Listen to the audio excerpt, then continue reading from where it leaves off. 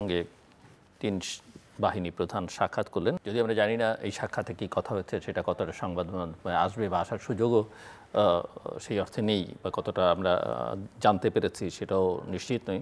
But আপনাদের assessment কি বা আপনাদের ধারণা কি মিস্টার শামসুজ্জামান দুদু? এবং দেশের একটা জটিল পরিস্থিতি, মঞ্জুর ইসলাম মঞ্জুর পত্রিকার শিরোনাম সবাই সরকারের বিরুদ্ধে, এরকম একটা পরিস্থিতিতে যদিও আমরা জানি সবাই যে সরকারের বিপক্ষে দৃশ্যত হয়তো, কিন্তু কেউ কেউ আবার সরকারের খুব কাছেরও, অন্তত এক ধরনের পারসেপশন সেরকম আছেই। আপনাকে ধন্যবাদ, মঞ্জু ভাইকে শুভেচ্ছা। আর যারা এই অনুষ্ঠান নানানভাবে দেখছেন তাদেরকে শুভেচ্ছা, অভিনন্দন, ধন্যবাদ। সেনাবাহিনী বা সেনাবাহিনীর সঙ্গে অন্যান্য বাহিনী যেগুলো আছে, বিমান বাহিনী বা নৌবাহিনী, তারা একসঙ্গে যখন দেখা করে সরকার প্রধানের সঙ্গে বা রাষ্ট্রপ্রধানের সঙ্গে, সৌজন্যতা হতে পারে, অন্য মাত্রাও থাকতে পারে। এটি এখনই তাৎক্ষণিকভাবে বলা খুব কঠিন, নির্বাচনও খুব সন্নিকটে। তবে এই সৌজন্য সাক্ষাৎও অনেক সময় সামগ্রিক বিষয়টি ভালোর দিকে যেতে পারে, সংকটকে মোকাবেলার জন্য পরামর্শসূচক হতে পারে। আর নির্বাচন তো সামনে বললামই। জাতীয় আন্তর্জাতিক অনেক ধরনের ঘটনাও প্রতিনিয়ত পরিবর্তিত হচ্ছে, সেই বিষয়গুলো থাকতে পারে। তবে আমার কাছে যেটা মনে হয় যে এখন যাই হোক, সেনা, নৌ, বিমান বাহিনী বা অন্যান্য আইন শৃঙ্খলা বাহিনীর ভূমিকা অত্যন্ত গুরুত্বপূর্ণ। সেটি বাংলাদেশে গণতন্ত্রের যে উত্তরণের সম্ভাবনা দেখা দিয়েছে এবং যা অত্যন্ত সন্নিকটে, বিশেষ করে নির্বাচন সামনে। নির্বাচন সুষ্ঠু স্বাভাবিকভাবে না হলে গণতন্ত্রের উত্তরণে আমার কাছে মনে হয় কোনো দ্বিতীয় পথ নাই। সেটি যদি প্রাধান্য পেয়ে থাকে তাহলে খুবই আশার কথা, খুবই সুন্দর কথা, এবং সেটি আমার বিবেচনায় পাওয়ার সম্ভাবনাটাই বেশি। তবে অন্যান্য কোনো প্রসঙ্গ সেখানে আলোচনা হবে না বা আসতে পারে না, এটা আমার কাছে মনে হয় না। তবে মজার ঘটনা আমার কাছে যেটা মনে হয়েছে সেটা হচ্ছে অন্য ঘটনা। সেটা হচ্ছে ডক্টর ইউনূস সাহেবকে সবাই ভালো বলেন, ভদ্রলোক বলেন, দেশে এবং বিদেশে তার পরিচিতিটাও অত্যন্ত পজিটিভ, এবং সব বিবেচনাতেই তিনি একজন সফল নেতৃস্থানীয় ব্যক্তি তার জায়গা থেকে। কিন্তু মজার ঘটনা হচ্ছে এত কিছু পজিটিভ প্লাস পয়েন্ট থাকার পরেও হঠাৎ করে শেষে, আলোচনা শেষ হওয়ার পরে যে কথাটার মুখোমুখি আমি নিজেও হয়েছি, ভাই নির্বাচন হচ্ছে তো। অর্থাৎ এক ধরনের, এটাকে সন্দেহ বলবো নাকি অন্য কিছু বলবো আমি জানি না, তবে এই জিজ্ঞাসাটা মানুষ পরস্পরকে করে। কেন করে? সরকারের প্রতি 100% যদি সমর্থন থাকে তাহলে এই কথাটা আসার কথা না। হ্যাঁ, সে ভদ্র, ভালো, নেতৃস্থানীয়, দেশে বিদেশে তার ভাবমূর্তি আছে, কিন্তু এখন এই বিতর্কটা সৃষ্টি হচ্ছে বলা যায় এই সরকার বা সরকার প্রধানের ভূমিকার কারণে।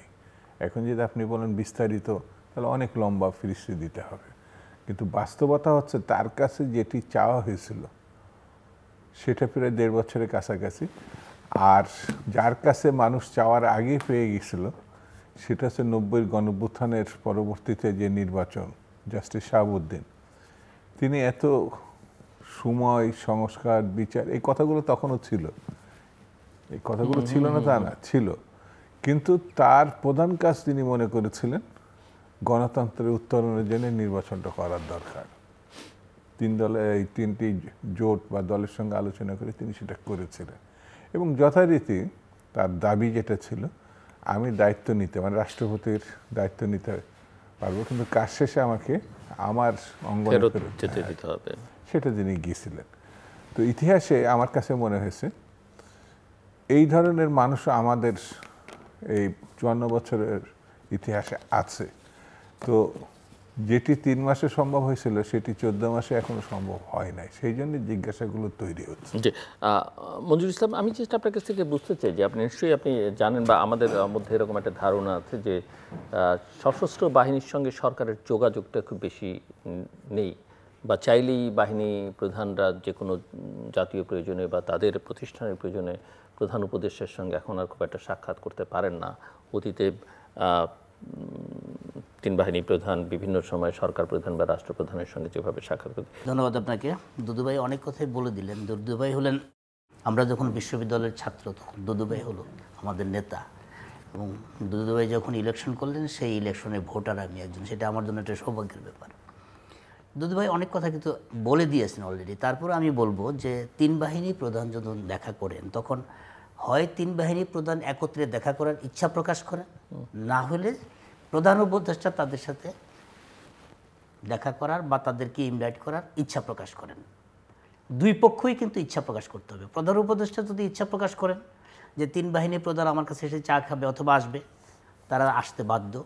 এবং তিন বাহিনী প্রধানও যদি ইচ্ছা করেন, বলেন যে আমরা তিন বাহিনী প্রধান আপনার সাথে চা খাবো, প্রধান উপদেষ্টা কিন্তু তাদেরকে তিনজনকেই অ্যাপয়েন্টমেন্ট দিবেন, সেটা সৌজন্যটা। এটাই হলো রাষ্ট্রের কালচার। এখন আমরা আজকের এই আলোচনাটা কেন করছি? এই জন্য করছি, রাজনৈতিক দলগুলা এই সরকার যখন গঠন হয় তখন বাংলাদেশের একমাত্র আওয়ামী লীগ ছাড়া দেশের সকল পর্যায়ের মানুষ, রাজনৈতিক নেতৃবৃন্দ, পেশাজীবী নেতৃবৃন্দ, সাধারণ মানুষ, সকল মানুষ কিন্তু এই সরকারের উপর সাপোর্ট দিয়েছে। এবং প্রফেসর ইউনূসকে যখন এই সরকারের প্রদান করা হয়েছে তখন সবার মধ্যে ধারণা হলো ইয়েস, এই লোক একটা কিছু করবে আমাদের দেশে, কারণ তার ইমেজ আছে, তিনি নোবেল বিজয়ী, তিনি একটা মানে গ্রামীণ একটা উদ্যোগকে তিনি বিশাল একটা আয়োজন করেছেন, তার ইন্টারন্যাশনাল ইমেজ আছে। সব মিলিয়ে প্রত্যেকটা মানুষের কিন্তু এই প্রফেসর ইউনূসের প্রতি একটা আস্থা, বিশ্বাস, ভরসা সবই ছিল। কিন্তু তারপরে যখন দেখা গেল যে তাকে যারা, তিনি তার ভাষ্য অনুযায়ী তিনি বিপ্লবীদের মনোনীত প্রধান উপদেষ্টা বা সরকারের প্রধান, এবং সেই সরকারের পৃষ্ঠপোষকতায় বলেন বা ছত্রছায়ায় বলেন, যখন একটা নতুন দল হলো বিপ্লবীদের, তখন মানুষের মধ্যে আস্তে আস্তে মোহ কাটতে শুরু করলো যে তবে কি প্রধান উপদেষ্টা 1/11-এর সময় যে রাজনৈতিক দল গঠন করার চিন্তা করছিলেন, যে অভিলাষ তিনি প্রকাশ করেছিলেন নাগরিকদের কাছে, আপনি নিশ্চয়ই মনে আছে, নাগরিকদের কাছে তিনি একটা খোলা চিঠি দিয়েছিলেন, নাগরিকরা যদি চায় তবে তিনি রাজনৈতিক দল গঠন করবেন, একটা খোলা চিঠি দিয়েছিলেন।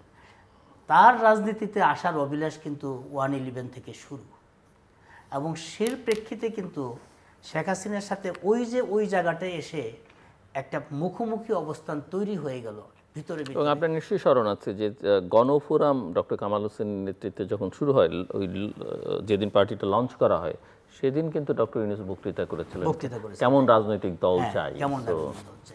তো সেই জায়গাটায় রাজনীতিতে ওনার প্রকাশ্য অপ্রকাশ্য, সুপ্ত অথবা প্রকাশ্য একটা ইচ্ছা কিন্তু ওনার ছিল।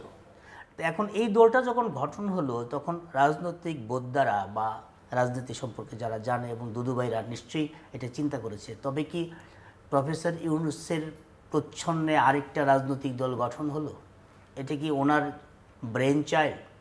এরকম প্রশ্ন কিন্তু শুরু হয়ে গেছে। আপনি দেখেন যে গত 15টা মাস রাজনীতিতে অনেক কিছু ঘটেছে।